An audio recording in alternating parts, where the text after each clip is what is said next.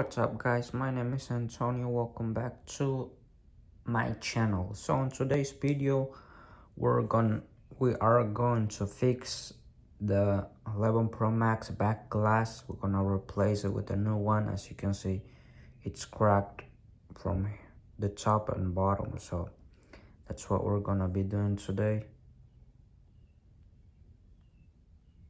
The phone, it's still in full functional. It's functioning very well. However, the only issue is the back glass, so that's what we're going to do today.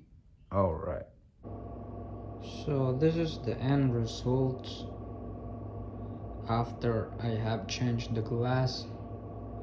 As you can see, it's an excellent condition. Again, it's like new.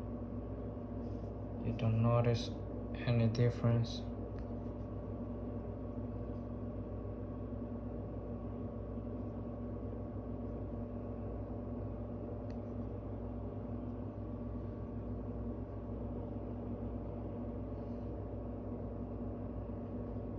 Just check this out.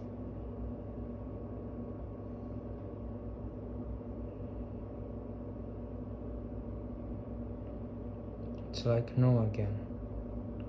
So hope you enjoyed that kind of video, and I'll be posting more video like this.